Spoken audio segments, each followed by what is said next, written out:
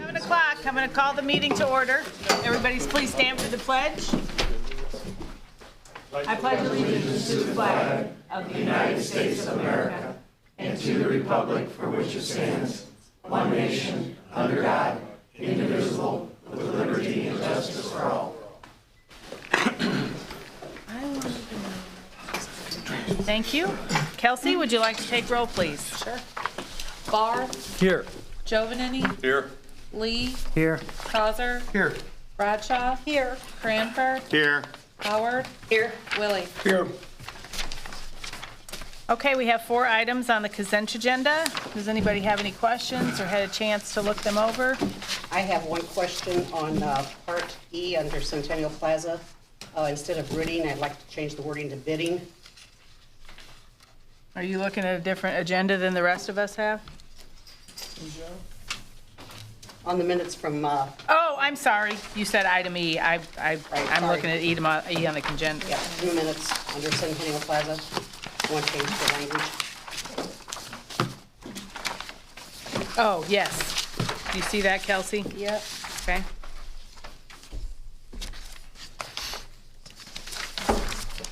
Any other comments or questions? I'll If make a none, motion to approve. motion by Jamie. Second. Second by Barb. Roll call, please.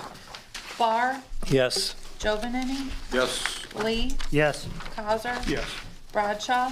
Yes. Cranford. Yes. Howard. Yes. Willie. Yes. Okay. Item A on the agenda is summer events lineup. Looks like Liz is all ready to give us the lowdown. Good evening, Council. Good evening, Mayor. I am going to,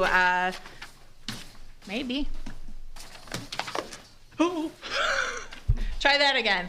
I'm going to give a really quick overview of all the things that we have happening this summer here in Pontiac.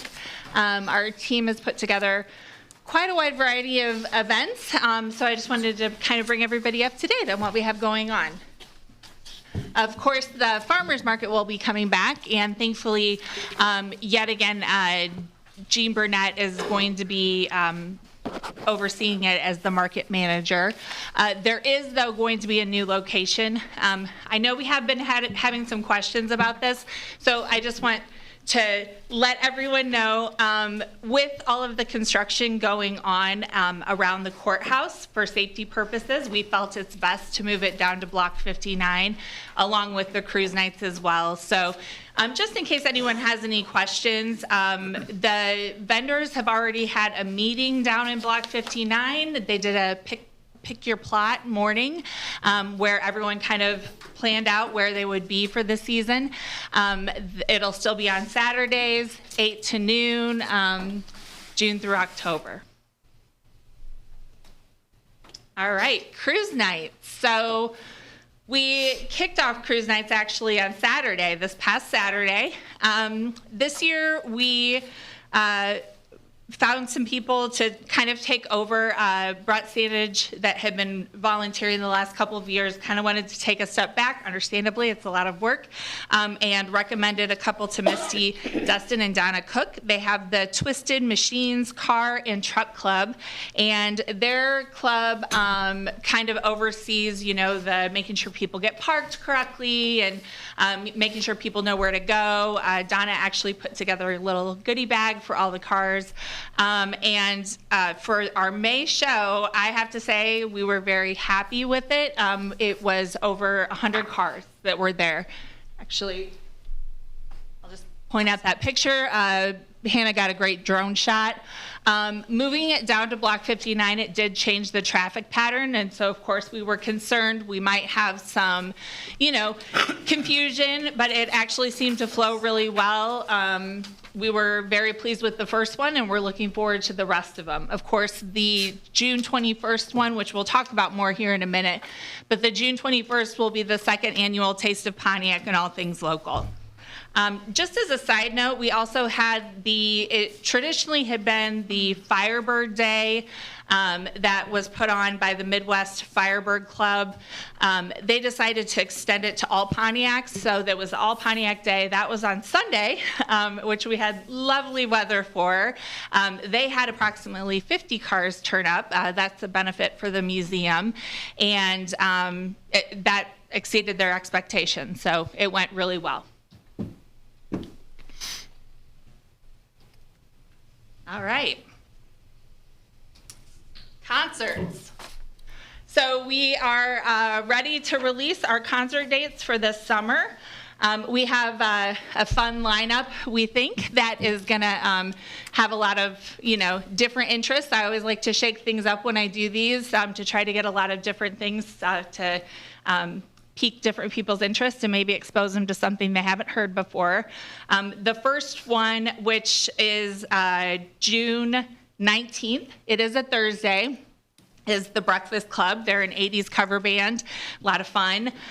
Just as a side note, I'm going to talk more about this in a minute, but we'll have the Bullet Nationals. The Bullets are the green Mustangs, like the Steve McQueen Mustangs. So the Bullet Nationals are going to be in town for 4 nights, and they're actually going to have a little thing down there at the park as well. And then we'll also have about 60 international media and tour operators that will be coming down from Chicago on top of just our normal concert in the park. So we're excited. That's going to be a big day. I do want to make sure and have everyone note the time. So we moved it back just a little bit, 6:30 to 8:30. We thought that might help people. Maybe they can just come, grab dinner, stay for the show, you're home before the sun sets.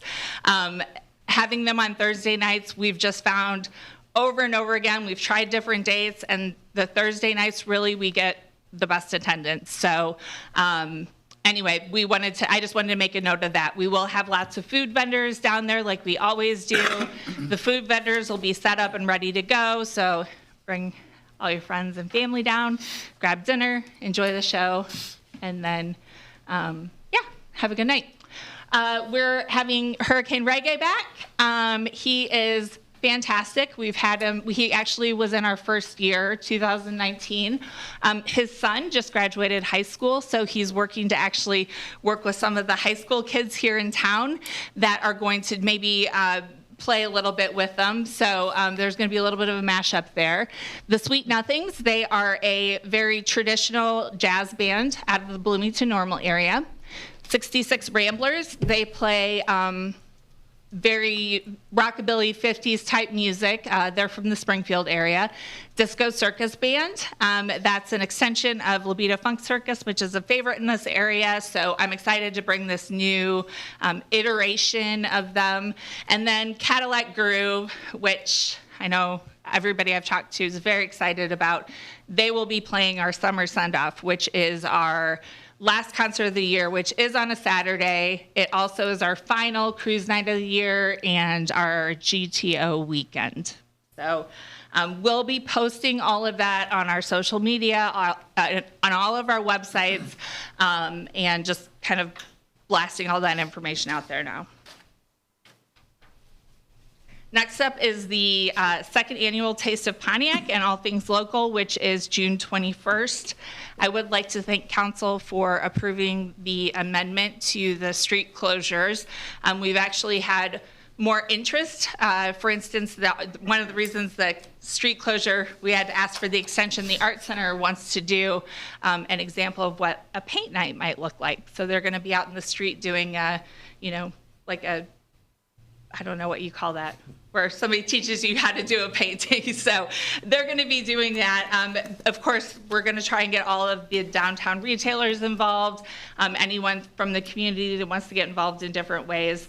Last year definitely exceeded our expectations, so we anticipate that this will be just as good, if not better.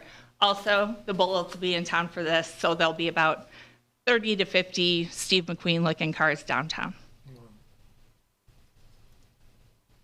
And the Great Race. So 2 days after that, we'll have the Great Race in town.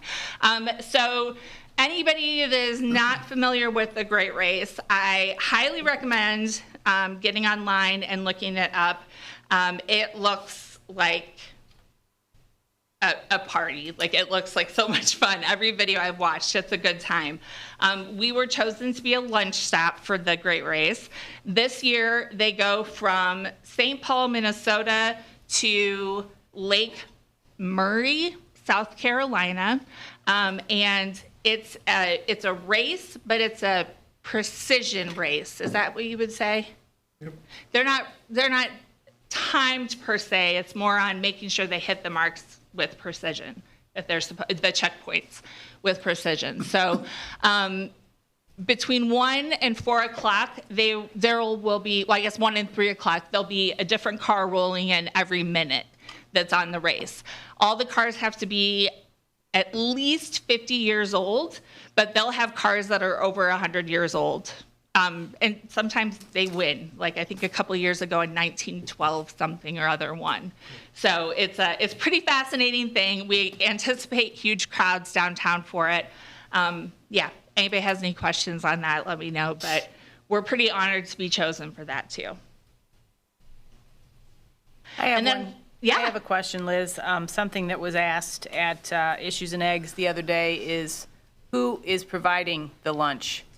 I'm still working on that. Okay. Yeah, but there will be food vendors. The lunch has to be provided by the spectators will have the opportunity to buy lunches downtown. Okay. Yeah. Mm-hmm. So it's local. That was the question, was Yes. Are we using local food Absolutely. vendors? Okay.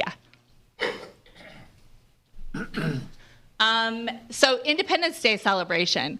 July 5th at the Oaks. We have been working on this probably since January. We have the Midwest dueling pianos that are going to be, we thought that was something different to shake it up a little bit. Of course, then we'll also have the educational displays, the bounce houses, the face painting, all the games and stuff that we have going on starting at 4. The food will be available for purchase along with drinks. Yeah, should be a fun night. And then, of course, we're going to wrap the summer up with the annual summer send-off. That will be down at Humiston Riverside Park, and it'll be featuring Cadillac Groove, as I mentioned, final cruise night of the season, and GTOs are in town. I did mention a couple. I mentioned the bullets. I also want to point out we had the Illinois chapter of the National Corvette Restorers Society in town this past weekend as well. They have chosen Pontiac as their place to come to hold their annual event since 2022. They actually work with Driscoll Motors and hold it out there. We also had the Porsche Club. We have the Porsche Club of America that are going to do, I think they call it Porsches and Pastries. They do a day cruise and they come, but they're going to be here in town in June as well. I think June 14th is the date for that. Coach bus tours, we've got lots and lots happening. We keep the visitpontiac.org events updated with those. As best we can, although we have a lot that come that we don't even know about. So, and then also we've gotten a lot of traveling caravans of RV clubs that have been coming through lately. That seems to be a new trend, so that'll be happening. I mentioned about the FAM that is coming during the first concert. There's a show called IPW. It's the largest inbound travel trade show in the world, like in the country, for tour operators, media, all different kinds of people. And that IPW this year is taking place in Chicago, which is a great honor, and it's really going to put Route 66 in the spotlight leading up to the centennial. I know that at the state level, they're hosting 250 UK media the first night, the opening night. So there's just going to be a lot happening around Route 66. They're going to have lots of activations and stuff. But from that, we're getting over 100 people that will be visiting. That's that I know of so far. 100 people that'll be visiting that are going to be hub and spoking from IPW. We call them FAM tours. So I'll have, over 100 FAMs from that. So we expect a lot to come from that as well. All right. Anybody have any questions for Liz besides all that good information she shared? So, is there any plans to make like maps available for these bus tours when they come in so that people can see what they're looking for and, you know what I mean? What do you mean? Like maps to where the restaurants and shopping and things are? Yeah, we have those. Okay, I just wondered. Give out a Like good, Grace, will there be a map of where they're going through town? I actually am not privy to that information. I can tell you where they're coming in to park, but I don't know what their exact route is. Yeah. I can tell you where they're coming in through, though. They're coming up Mill Street. I can tell you that. and we have a goodie package of sorts that we hand out to the, especially those fam groups that come through. Oh, absolutely. Yeah. Yes. Yeah. And- Yeah, if you need some maps, I'm happy to get you some, Jerry. Okay. And then also the kiosks that we have that really act as a tool for individuals to find things throughout town. Yeah, if anybody hasn't seen it yet, our kiosk is installed across the street. It looks great. So Maybe maybe at our next council meeting, we could all have an example of what you pass out to the visitors. Oh, So that, absolutely. Yeah. that everybody can see this is what we give people, the little bags. I would be more than happy to do Okay. that. Thank you. Thanks. Anybody else? Okay. Thanks for this hard work. Item A, ordinance 2025-011, the Warren variance. And it looks like Greg is ready to give us a little detail on this request. So Mr. and Mrs. Warren are here, and so they will be able to answer questions you have, but I did want to give an overview of what exactly is being proposed. So Mr. and Mrs. Warren are at 416 East Howard, and they currently have a garage that is sitting at exactly on their property line. It's highlighted in blue here on the map. The garage is sitting on their property line. Our code allows for a 3-foot setback from property line, requires a 3-foot setback. So their current is legal non-conforming. So the garage that's there does not meet our setbacks, but is pre-existing.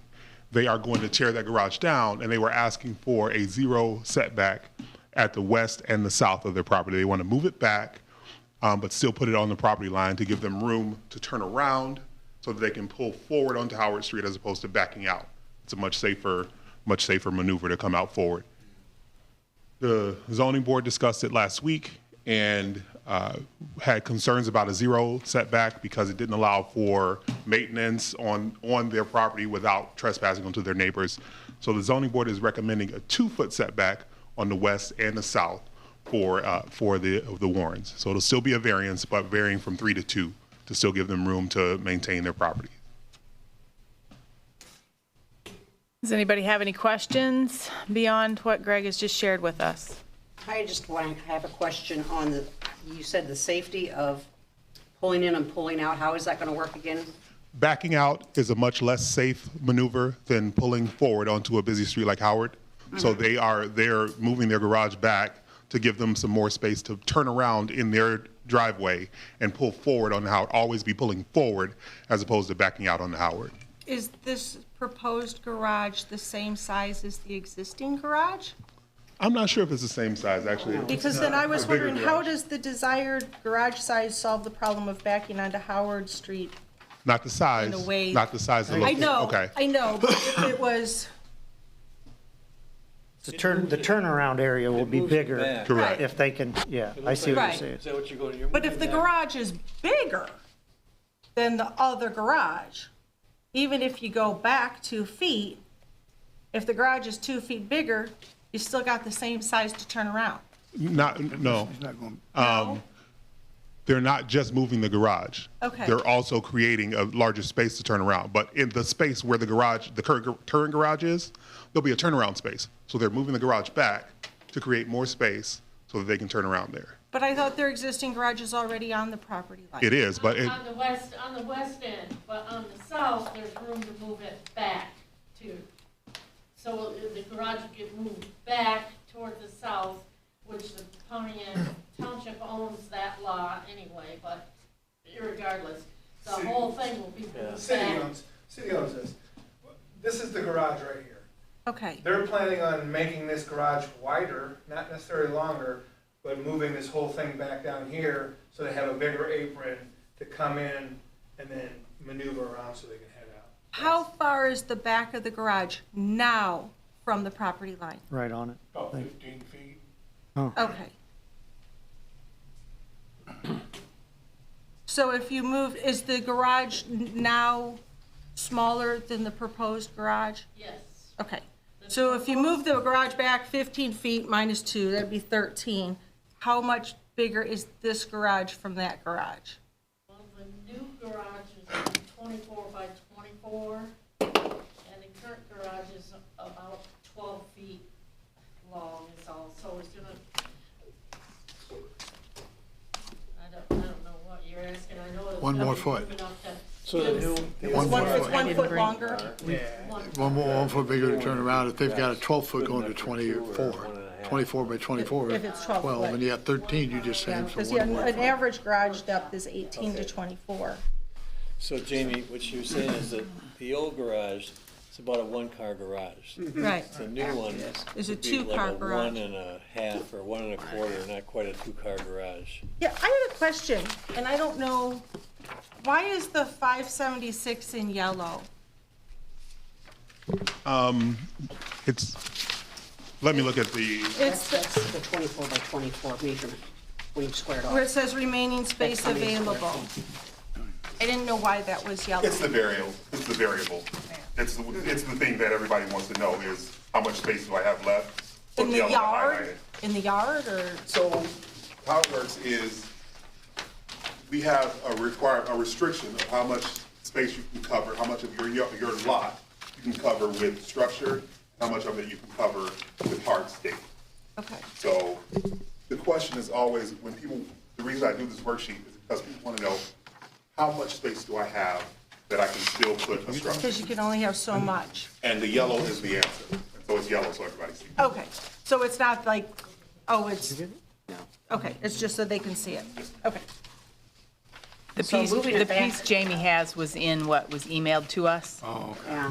It's not in our packet. No, it The is, zoning, it was. Yeah. It the looks like zoning this in the minutes front. or, notes. I'm sorry.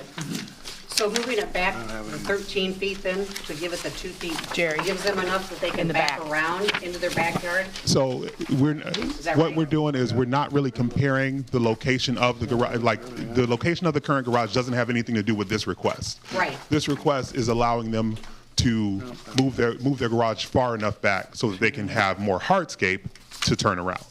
I guess, at the end of the math, the current garage sits here. How much farther back would the proposed garage sit?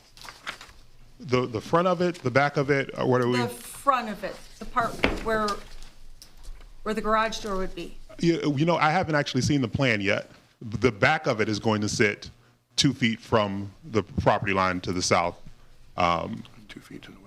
So I haven't received the plans yet because we haven't approved this variance yet. Once this variance is approved, we'll actually get the plans for where exactly the garage is going to terminate. And you said the current garage is 12 feet deep? 12 by 20. So 12 across and 20 deep. So if you move it back But they only use 4 then. 13, Be 9. I'm sorry, what? It'd be 9, I think, different because they said 24 by 24 in the new garage. Yeah, Right. so if you move the whole thing, if it's currently 20 and you're moving it back 15 minus, so 13, and, okay, so you'd have an extra 9 feet. And And Which it is more than the appears, width of a car. it appears neighbors to the, what would be that, the north West. side, south side of that, Is it, well, it appears the Neighbors to the neighbors' east. buildings already go to that. On the west side, it does. Yeah, Yes. It's already on the property line of Sullivan's property. Yeah, the old garage already is. Right. And the existing garages around are probably at zero, Right. yes. So it wouldn't, appearance-wise, it wouldn't be anything different than what the neighborhood already has. Well, I guess I'm wondering then, because normally you do variances because there's something unique to that property that when we wrote the code, we didn't really consider that. Right. Jamie's asking why it doesn't work with the Yeah, 3-foot. what hardship's unique to this property that's not shared with all the other properties in the area? So personally, I'm thinking hardship, it is dangerous to back out onto that street, so we are correcting. But then that should be in our code. If you've got, I don't know how many cars on Howard, or how many houses are on Howard Street? Let's say there's 50. For example, this house right here is Sullivan's house, right? His access to his garage, his property comes across these property lines, so he doesn't have to back out Right. on Howard Street, which makes a difference for him. And then they're at a corner and they come off side road as well, so. Yeah, For them to be able to turn around here. That is the Right, unique but hardship. there's a whole lot of They are- houses there. Do we need to change the code to make it that you can do that if you live on a main street? Because those are small lots. And if you do have a big garage, which I have a house that has a big garage, and you're on a small lot, and you're on a main street, maybe we need to change that code. Because it would seem to me that there's quite a few houses there that would fall into that hardship. But generally, variances are for unique situations, and I don't see how this is unique specific to this property. The reason the code is written the way that it is because if you open that door that everybody can put their house too close to the property line, you create new issues. Right. Because Multiple then you have issues. problems with catching fire, then you have problems with the maintenance, then you have problems with landscaping, right? And that's why we wrote the code the way we did. And it's a good thing. It makes it look nicer, it's better for safety, it's better for care. It meets the criteria of being unique. It is the only property that doesn't have access. You're looking the at way the 3 rest of them do. houses. And it's, and of those three, Jamie, They are Yeah, the only houses there. you're looking at half of a street on one block. And the These- rest of them all have different access than this property. This property is the only one that does not have any kind of way to make access other than what they're planning to do. You are absolutely right for those 3 And houses. that makes it unique. No, for that house, the other ones are, he just showed you, they have access to the other street. through Those alley. other 2 houses. Yeah. That's 3 houses. Jamie said, House, that other house on the other side, they access from the side road as well. Right. They're the only I house guess- that accesses Howard Street But on that block. she's thinking everybody up and Yeah, down. I mean, I'm I'm just saying thinking on that Howard block. Street. Yeah. I'm not thinking 4 Understood. houses.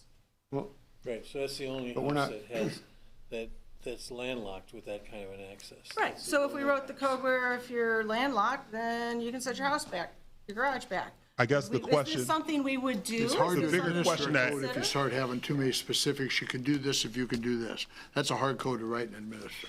Keep track. I can tell you the next block east, no one accesses on Howard Street.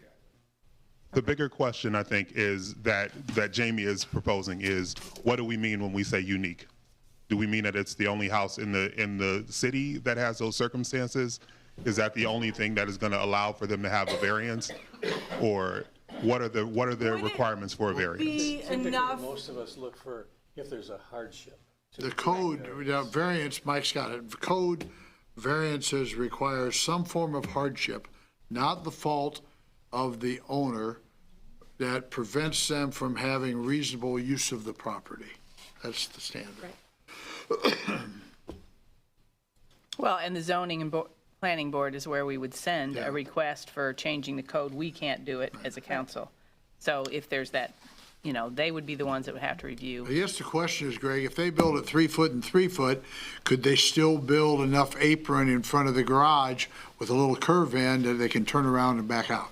or Because I'm instead of assuming you're doing gonna it, have a 24-foot concrete front in front of the garage so you can pull in and back out. or if the average depth of a car garage, which I looked up, is 18 to 24 feet, why not make it 22 feet depth? And then you don't have to go back those extra 2 feet. Because our vehicle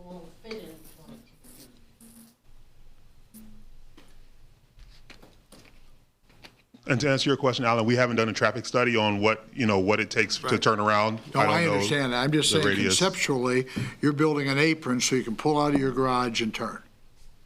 And does the foot make a difference if you sit and think about it? I don't know if it does. I mean, but that's why we have the council. The zoning board found that the hardship requirement was met. That's why they recommended it. And historically, we have allowed a lot of these. Whether that's good policy or not is another question. But people want to get the maximum amount of use of their property and have still yard left. But with it sitting on the west side, just particularly on the lot line, what kind of precedents are we setting? Well, we won't let anybody, and in fact, when I saw the zero variance request, my first thought was, you can't allow that. I mean, but bottom line is, first of all, to build it on the lot line, we'd have to require them to get a certified survey and actually mark the boundary of the garage to make sure the contractor didn't build an inch or two over a little crooked and cross over the line to encroach. So that's, and then to mow around it, to fix a piece of siding that gets broke or whatever it If it is. catches fire, and that, let's say the people on the other side want to the move same in, thing, yep. it's harder to fight those fires. It's gonna be worse or harder on the west side than it is the south, because it sounds like you've got enough property on the south. It would just be the west that I would question. Mr. Sullivan did come to the zoning board to advocate for them to build a zero lot to his property. And the zoning board said that they didn't want to go all the way to his property, one, for the maintenance, and two, that Mr. Sullivan may not always own that property, and therefore the next person. And these folks may not want always own the property as well, so you can end up in the future, separation is good for good neighbors. So no neighbors had a problem. with the neighbor. Correct. Yes, and actually, Neighbors to the west. if the neighbor provided a letter of support for the So zero. Definitely the variance. Sullivans aren't objecting to the 2-foot recommendation of the zoning board. Is there any further discussion, or do we have any form of motion I'd make a motion to accept it. with the recommendation of the zoning board? As the recommendation to adopt ordinance 011? Yes. Does that got the right recommendations on it? Okay. Okay. So I have a motion from Jerry And and I'll, second take a from Mike yeah. Barr. Got both of those, Kelsey? Yep. Okay, roll call, please. Jovanini, Yes. Lee, Yes. Cowser, Yes. Bradshaw, No. Cranford, Yes. Howard, No, Willie, Yes. Barr. Yes. Motion carries 6 Okay, to 2. motion carries. Thank you, Council. The next step, folks, is to get your plan and get it into Greg and to make an application for a building permit, you're your contractor. Okay, item number C on the agenda is Mayor Pro Tem election. And what Jim and I learned, because we don't have one right now, is that it needs to be a council election. I guess in the past, it's kind of always just been the mayor appointing someone, or it seemed that way. The senior. Or the kind senior of the person, senior but we alderman. decided that, we should bring it up to conversation, and Compiled statutes really just state that the corporate authority shall appoint, shall elect the mayor pro tem. And that would be you. so, conversation, anybody who wants to act, they would be acting in my absence to run a meeting, A, and/or necessarily other business if I was incapacitated only. For the most part, it's really just going to be running a meeting if I'm not here. John? I'd do it. Is that a motion? I'd make a motion. Okay. John Willie. yeah, Anybody second? For John? Yeah? yes. Okay, so we have a motion by Jerry Causer and a second by Jamie to elect John to be the mayor pro tem. Roll call, please. Lee, Yes. Cowser, Yes. Bradshaw, Yes. Cranford, Yes. Howard, Yes, Willie, Can I vote? Probably shouldn't vote on yourself. He'll abstain because you're interested. Barr, Yes. Oh, in an election, it's the one vote you know you get, right? Right. Okay, thank you. Thank you, John. Thank you. Item E, the committee report from Finance and Administration. Oh, no, I'm sorry, D, ordinance 2025-010, amending manufactured park code, home park code. Which kind of follows from the Finance Committee meeting that the minutes are there for. I had prepared for the last meeting without direction of council a draft ordinance that would increase the regulation the city would do for manufactured home parks. Because of the issue we're having with 2 manufactured home parks in the city, which you're all aware of. And I presented that to the council the last meeting and suggested that they review it in committee because it wasn't something they had made specific requests for, and it might be too extreme, too broad, whatever you want to say. So we had the Finance Committee meeting, and some things were raised that were concerns of mine too as I drafted this, that we were increasing the amount of work for the Building and Zoning Department exponentially by having them have to do all the inspections. So the committee decided that it would be acceptable if they have it, when they have their state license, the state had to inspect it to get it. But if they have a state license and provide us with their most recent inspection, and if it passed on all the, they're all going to have some kind of deficiency, but if it passed on all the important points, then the license can be issued. But the idea of having the license at the city level increases the city's personal ability to enforce violations, because then it's a city ordinance being violated, not a state law that the Department of Public Health is supposed to enforce, and not something the county health department would enforce.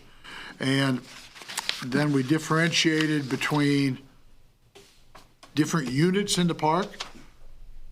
We believe anyway that some of these parks, the owner of the park owns the manufactured homes, or some of them, and leases them to occupants. And if that's the case, then they would require a certificate of occupancy for that home. And if they bring in another one to do that with, then we'd have to have that inspection. So that's still allowed in there. But if it's a park where the occupants own their own home, they buy it, it's their title. And I took out the word titled because there was some concern that some of these parks couldn't locate the titles. I just changed it to ownership. If it's theirs and they're renting it, we're going to call it their ownership. But if it's a park where the occupant owns it, the occupant's responsible for their own deal. We don't have to inspect it as part of the park inspection. And then in terms of the fines, I left a blank on that, and the council determined that the standard fines of $50 to $750 would, with each separate day of a violation constituting a separate violation, would be an acceptable fine level, give the court discretion, and understanding that during the enforcement of these violations, lots of days may pass. So maybe 180 days before we have a trial and determine they violated it for the past 180 days. $50 is a lot of money. So those are the basic changes from what I presented at the last council meeting. And I hope everybody looked at it, and everybody's on the Finance Committee anyway, and thinks I caught the changes they listed out. Well, one thing we did that's very important, I forgot, should mention. One of the concerns with these parks is that they're not owned locally. That's one of the problems we got. They're not always owned by locals. And if there's a violation and we have to prosecute a violation, that means we have to serve process on the owner. And if the owner lives in Florida or somewhere else, that can be difficult to serve, especially if they aren't properly registered to do business in Illinois or something like that. So what's added to this ordinance, we require And the state requires every manufactured home park to have essentially a manager. I think they call it intended in our code, right? But to make that person, as part of the application for a license, they have to tell us who that person is. Just like a liquor license holder, it's a corporate entity, would have to say, here's my local manager. And that designated manager, who could change over time, and they have to notify us if that manager changes, that manager is appointed as his agent as part of the licensing process to receive that service. So we don't have to find a guy in Florida, we just have to find a manager who he gave us the name of. And if he, by the way, doesn't tell us he changed managers, we can still serve the old manager because he's the one still on our list. So that gets us jurisdiction in court without having to chase somebody all across the country, which makes my job easier by far. And it makes it a more economical process. Plus, it's very fair. His manager is responsible for reporting and dealing with this stuff. If we serve the manager, the first thing he should do is get a hold of the owner and say, hey, we got a problem. Any questions, discussion? Any other changes you want to make? And to add to that, we also discussed the fact that in the way that Alan's wording all this is that it's going to make it so that they don't punish the people living there for having a complaint, because there won't be a complaint. It'll be us doing inspections on their property. We can act on complaint, but this gives us jurisdiction to do routine inspections if we want to. We can drive by and look at something and see it doesn't look right. A neighbor can tell us there's a problem, or we can get a complaint. It's a better way so that we're not putting people on the street. The operator of the park, up front at least, isn't going to know if one of the people made a complaint. Now, if we go to court, if we do end up in court, that complainant is going to be evidence witness number one for yours truly. So it can't protect them from being known forever. It's not a private deal. So there is still some risk with doing that, although if we are through the court process, our order would be to protect them. But with our inspections going straight to ownership, or, Now, we're not going to say, Joe complained, you're going to say, we got an inspection and, they have access to their home. They can open their home to the city to inspect. Is that right? Question. The violation fees, are they determined by the court? Is that correct? They're determined by the court, yes. Okay. The court, we have some standards in the code that says you look at how long the violation existed, the severity of the violation, the impact of the violation on the community or the people affected by it, and I think there's like 5 or 6 standards to determine whether it should be at the high end or the low end of that. Okay. But history has shown me the courts are reluctant to do anything but the minimum fine. Okay. And then there's a couple language corrections I'd like to make. Third line from the bottom on the first page. It says shall be. Third line, oh, it does, yep. Jim and I both missed that one. Okay. And then page 3, at top, instead of by, I'd like to see be occupied. And that's it. Be occupied, yep. Thank you. That's a problem with letting me type. It's okay. So are we ready for a motion, or is there more action we need to take? Are we ready? You would still need to, if you decide to adopt it, there's the licensing fee. Oh, Yeah, yeah, I left right. the licensing fee Okay. blank. So what's everybody's, And it was Thought. 52, or, What were we? well, that was. the fee for them to register with us? I don't have what we. And normally you would set a license fee at an amount reasonably expected to cover the cost of what it takes city staff to evaluate and process a license. Licenses by statute we can do, but it has to have some basis. We can't say it's $10,000. Has So to they're have some paying basis. for one with the state, correct? Yes. So they get licensed by the state? They're licensed by the state, and it'd be like a liquor license. The liquor license, they go to the state and they have to show they've got a local one. Well, here we're going to say you got to go to the state and get your state one, then come to us and we'll give How you a much local is the one. state license? I do not know that without looking it up. Greg, do you know what the roundabout figures are for? I do not. That kind of thing for municipalities? Give me a second, I might, if it's done by statute, I might know. If it's done by regulation, I won't be able to find it. The internet doesn't work faster, I won't be able to find it. It's probably not cheap. I mean, define cheap, but You know, with what we did to the ordinance, without us having to do a physical inspection unless there's an issue in the state license that we say, hey, it says this is a deficiency, we need to look at it. You know, Greg's gonna be able to sit in his office and look at the application, see if it meets, all the blanks are filled in, all the information's provided, and determine whether the license should be issued. And our way our license fees tend to run, you know, our liquor license is our highest license fee. Our building permits related to the cost of the construction, because the more high priced it is to construct, the more inspection issues we're gonna have. But a normal fee like this, in my mind, I was thinking if I were filling it in, it would have been maybe $250 for what it's worth. Illinois Department of Public Health says $250 licensing fee plus $12 per mobile home So $12 per space. per space. That sounds reasonable. Anybody? That's what they're already paying? They're already paying that to the state, so they'll have to pay two to the city, you know, but the people pay a state liquor license and a local liquor license. That's part of doing So- business. I'm happy with, so it's doubled bump. It's fine with me, 250. Anybody else? Sounds good. so someone want to make a motion? Make a motion to accept 250 at 12 space? I just put 250 flat in, not counting the Okay, let's- spaces. And Anybody else? I just second need a that, motion to adopt the ordinance with the amendments discussed. I'd second that 250. Okay, so Jerry Cosner is making the motion first, Mike Barr second, Kelsey? Okay. To adopt $250 licensing fee and For manufactured homes. vote on ordinance 2025-010. Roll call, please. Cowser, Yes. Bradshaw, Yes. Cranford, Yes. Howard, Yes. Willie, Yes. Barr, Yes. Jovanini, Yes. Lee. Yes.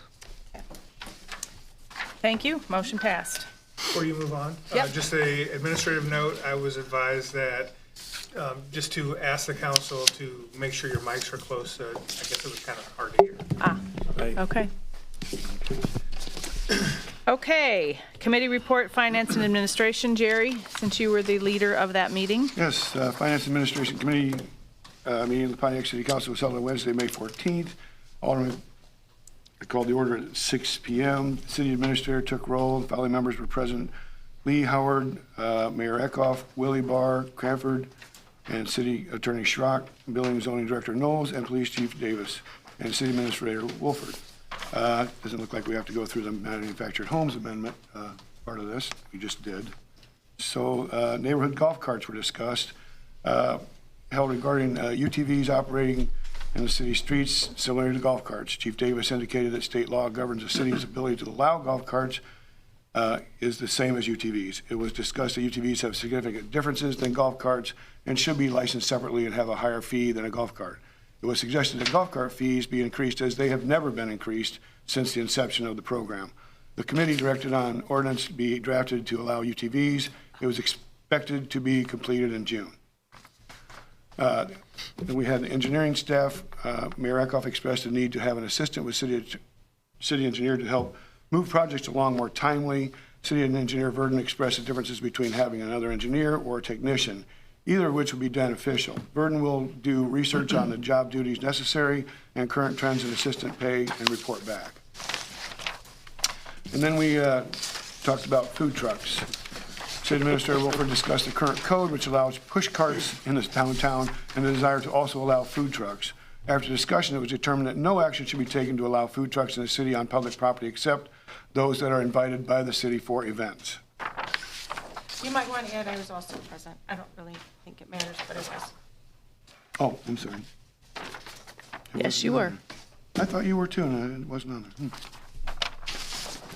Does anybody have any comment or questions on those other items that we will most likely have on our agenda in the near future? Or anything else to add? Okay. Thanks, Jerry. Item F, approval of the sewer department purchase lab equipment. Brad, I would presume you're going to be sharing some exciting news with us. Yeah. She really liked lab. Good evening, everybody. I am here tonight to talk to you about purchasing a piece of lab equipment for the wastewater department. Currently, under our NPDES permit, that's National Pollutant Discharge Elimination System through the Illinois EPA and federal EPA, we are required to test nitrates, nitrites, total nitrogen, phosphorus, and many other nutrients that are existent in our effluent so that we may know where we are treating them down to acceptable limits per our permit. Currently, for the last 5 years under this current permit, we have been using PACE labs out of Peoria, Illinois, which we do use PACE labs on a number of other items, heavy metals, our sludge testing, and our biomonitoring reports. Those are 3 that we absolutely could not test in-house just because we don't have the expertise or the equipment. But these items, especially nutrients, we can test in-house. And we do that with a spectrophotometer in combination with a bioreactor block, both of which I'm familiar with, and we have actually been using one for the last 30 days on a demo with intent to purchase. And so we've trained some staff on how to use it properly. And everything with both of these that I've quoted, they're both EPA certified and EPA approved, all the testing procedures. This is a quick method. They're called TNT modules. It measures the intensity of the light processed through the vial. And they give you a pretty rapid result, anywhere from 15 to 45 minutes. And right now, with a lot of the process control that we're going through and trying to work down toward those nitrate limits, this is very helpful. But you see the 2 quotes before you, at least I hope you do. One is from Hawk, and the other is from Thermo Scientific. Thermo Scientific was a little more expensive, which kind of surprised me. They're usually the cheaper brand, but in this case, Hawk, which I was very happy to see, they are the cheaper quote. I was actually able to throw in servicing with Hawk, and they were still underneath the other quote. The Hawk instrumentation is serviceable. They anticipate lifespan between 15 to 20 years. And the Thermo Scientific is 10 to 12-year lifespan. So we spend approximately $800 a month right now in testing nitrates outside of our lab. So this machine, if purchased, would pay for itself roughly 10 months. Any questions? How often is it necessary to test for the nitrates, nitrogen, phosphorus? How often do you currently send out to your lab now? So nitrates right now, it's twice a week. And we sample those so we don't incur the fees. We sample those consecutive days and send 2 samples at once. But we're required to test 2 times a week. Phosphorus is once a month. Total nitrogen is once a month as well. So in-house just makes it more efficient for you. And Yeah, we can test when we want instead of when PACE wants. Any other questions, Barb? Yeah, it says here that there's a fee for service of the machine. That's the 941. So the Hawk unit, the DR 3900, that unit is serviceable, so they can keep it lasting longer. So that's why they kind of anticipate the lifespan of it to be 15 to 20 years. I think the guy said you can service it up to 3 times. So they come and do a service for $941. The other instrumentation is not serviceable. It's just, when it's done, it's done. Okay. And you buy new. All right, thanks, I didn't see that, thank you. I have a motion. I make the motion, accept. I'll second. The Hawk? Yeah. Okay. Motion by Jerry Causer, second by Scott Cranford, to approve the purchase of the Hawk spectrophotometer. It's a mouthful. Roll call, please, Kelsey. Bradshaw, Yes. Cranford, Yes. Howard, Yes. Willie, Yes. Barr, Yes. Jovenini, Yes. Lee, Yes. Causer. Yes. Okay. Next up is approval of the tub grinding agreement that Chris is going to share information on that. We'd like to extend our contract with Trost Tree for the grinding of our brush that we collect throughout the year. He would keep the rate at the same, which we paid last year, which was $30,000 for the year. And what that includes, they bring their own loaders over, so we don't have to have people staffed there to push the material to the grinder so it can be loaded and ground up. They average usually, with the pile the size it is now, it takes them about 2 days each time they grind. And they will both load and then they stack the mulch for us as well, so we don't have to spend any time helping them to do that job. On average, 7 to 8 times a year, they'll come and grind our pile. And like I mentioned, 1.5 to 2 days. So we would like to just continue with them and extend their contract for another year. Does anybody have any questions? This is already budgeted, right? Yeah. This is a really good arrangement that we made. That is. That's good that they Saved kept the the price the burning. same. Yeah. That's very generous.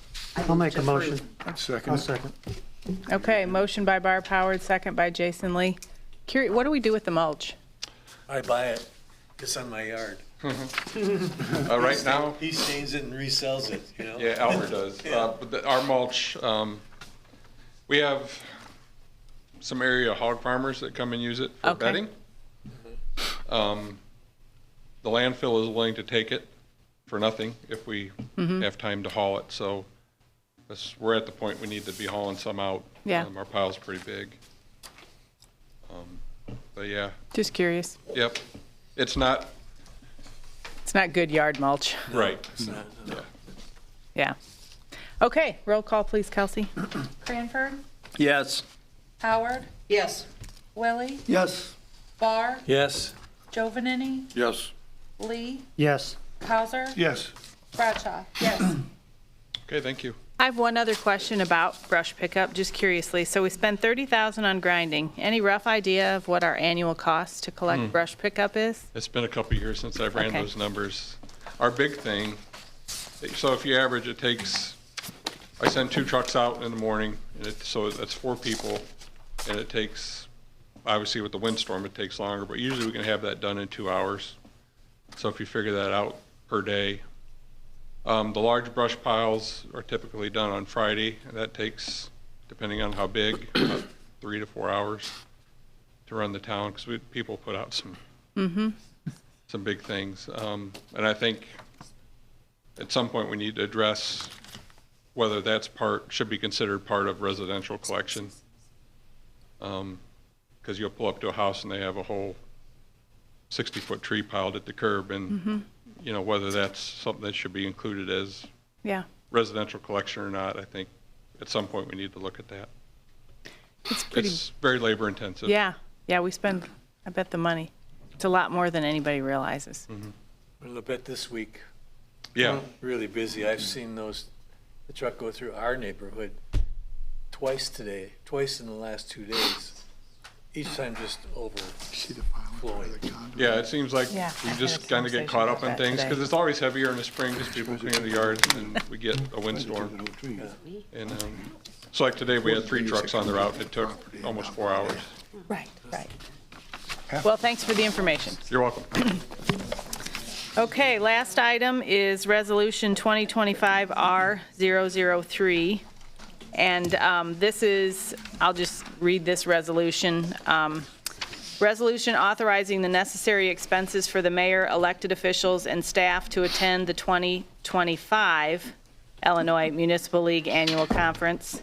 Whereas the city of Pontiac is a municipality located in Livingston County, Illinois, and whereas the Illinois Municipal League is holding the annual conference September 18th through September 20th, and whereas it is beneficial for the city that the mayor, elected officials, and certain members of the city staff attend the conference, and whereas the mayor and the city council have determined that it is in the best interests of the city to approve and authorize the expenses of the mayor, elected officials, and certain members of the city staff to attend the conference. Now therefore be it resolved by the mayor and city council of the city as follows.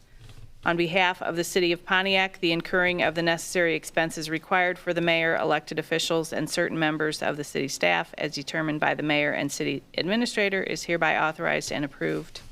And then, and so this is a resolution that I noticed we should pass in the IML magazine. Some of us attended the conference last year, and I think it's really beneficial that we, it keeps us in tune with what's going on, not only through the municipal league, but just in what other communities are doing. It's a great networking thing. So hopefully as things move forward, we get a little more information on, but just make note to everyone that, so I need a motion to approve the resolution. I'll make that adjustment to the date. Okay. I'll second. Okay, Jerry Causer, approve, and Scott Cranford. And roll call, please. Howard, Absolutely. Willie, Yes. Barr, With enthusiasm, yes. Joe Vanini, Yes. Lee, Yes. Cowser, Yes. Bradshaw, Yes. Cranford. Yes. Okay. Okay, mayor's comments. I just want to remind everybody that I do have the application process open for individuals to apply for the 2 positions open in Ward 2. I don't know. I haven't looked with Hannah if we've gotten, there is an online application that people can questionnaire, or they can print the application. I asked for a deadline of this coming Friday. I hope I have applicants that we can go through. So please keep talking it up amongst those that you might know that are in that ward. I had lunch with Adam Dance on Thursday and got some pretty exciting news, I think, that he shared with me that Sheridan Printing, what we know as Donnelly's, LSC, many other names, is going to be making some investments in their building and looking to hire individuals. They're going to do some job training, and so that's really positive news. I think many have thought that that was a place that, you know, might not be in existence in the short term, but that's good. Goal planned sometime in the next few weeks so we can really talk about our downtown vision and how we can bring everything together with what we're looking at doing. I was with Chris this morning, and you know, we just need to come up with where we're gonna end up with the Block 59, and we need to make a decision and move on it instead of talking about the decision and changing our mind.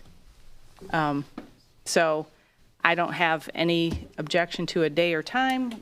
See what Jim thinks, and I haven't thrown this at him until right now, so. Does anybody have a time they can't do? Or obviously next week's a short week because Monday's a holiday. I'm available.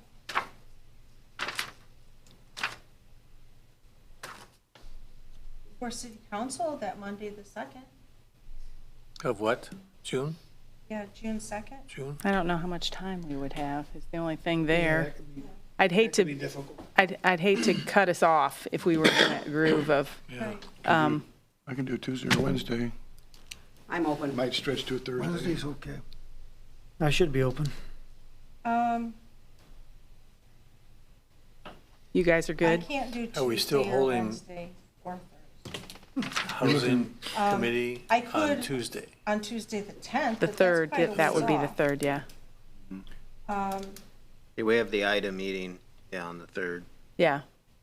I got some dates from Amy too today. I need to pass those on for our, So what's that?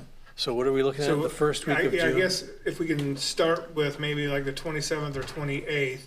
I know Jamie can't, but if we can get a quorum, it might be difficult to find a date. Yeah, I think so too. May 28th? Yes. That would be Wednesday. Right. Wednesday, May I could do 28th. the 27th anytime between noon and 5.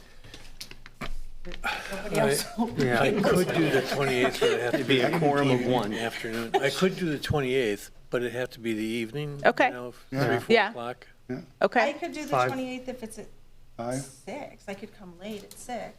Well, if we started at 5:30, is that, or would we rather start at 6? I'm 6 okay is with fine. whatever. Yeah, we can, I mean, 6 is fine.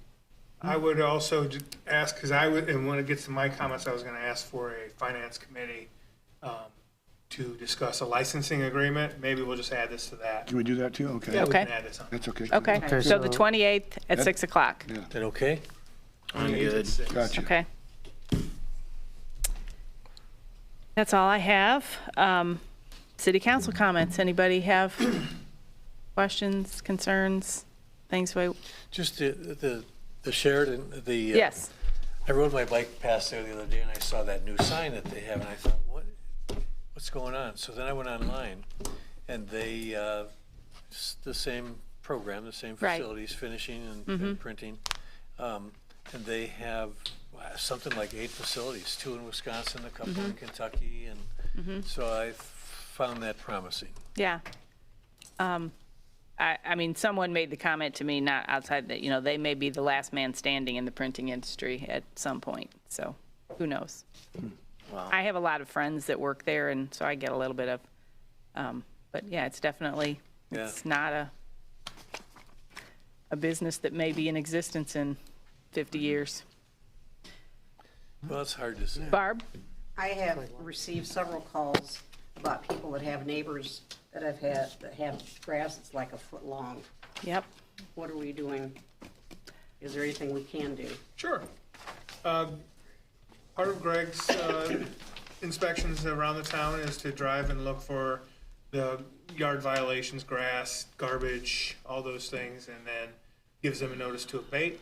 And when that doesn't happen, then the city will move in and we'll mow it, and then we charge them. Yeah, it does, I got stopped Yeah. 3 times Yeah. the other night walking, so. Had a lot of rain and that grass is. And it looks like, to me, there's a couple homes that at one time were extremely well maintained, and it doesn't look like anybody's even living there. So, there's a couple where they had ramps, now the ramps are falling apart. So I'm sure this is just a case of Well, people have moved. or- if I can comment, and I know it's hard, we don't know everybody's circumstances, but if you have a neighbor that maybe their grass is too long, ask why or go help and cut. I mean, it doesn't really take that much. In many cases, it's small yards, and if neighbors help neighbors, we might be able to get a little bit of spread of community pride, and we can all make a difference.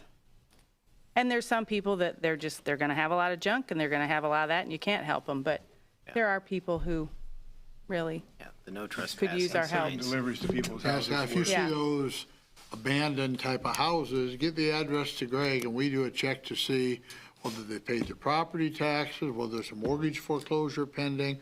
A lot of times there's a story. Yeah. And then we can determine what the best action is. If somebody's actually living there and letting it be that way, we lean on them.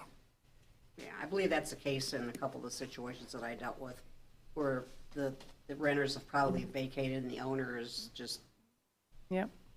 not doing anything.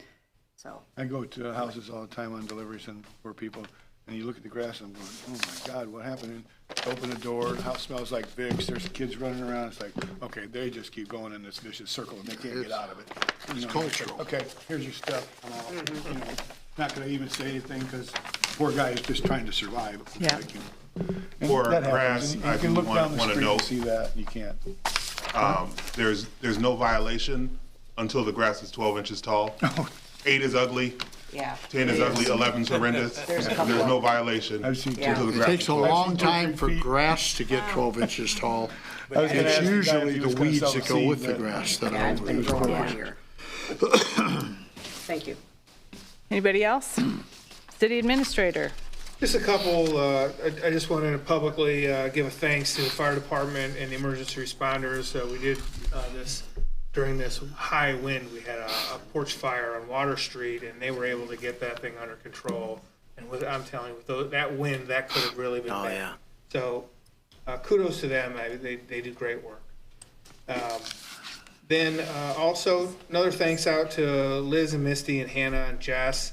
They've been very busy the last couple of weeks, and not to just single one out, but Hannah's really been at every event using the drone and getting some great footage, and so we'll have some beautiful footage you saw on the photo there, but we also have some drone footage and photos from the youth baseball opening night, and so getting a lot of positive, good things done, so makes it a lot of fun. Public comment? Everybody's got a lot of words tonight, huh? Okay. Well, with no further business, I adjourn this meeting. Or do I have to have a motion? You're supposed to. Oh.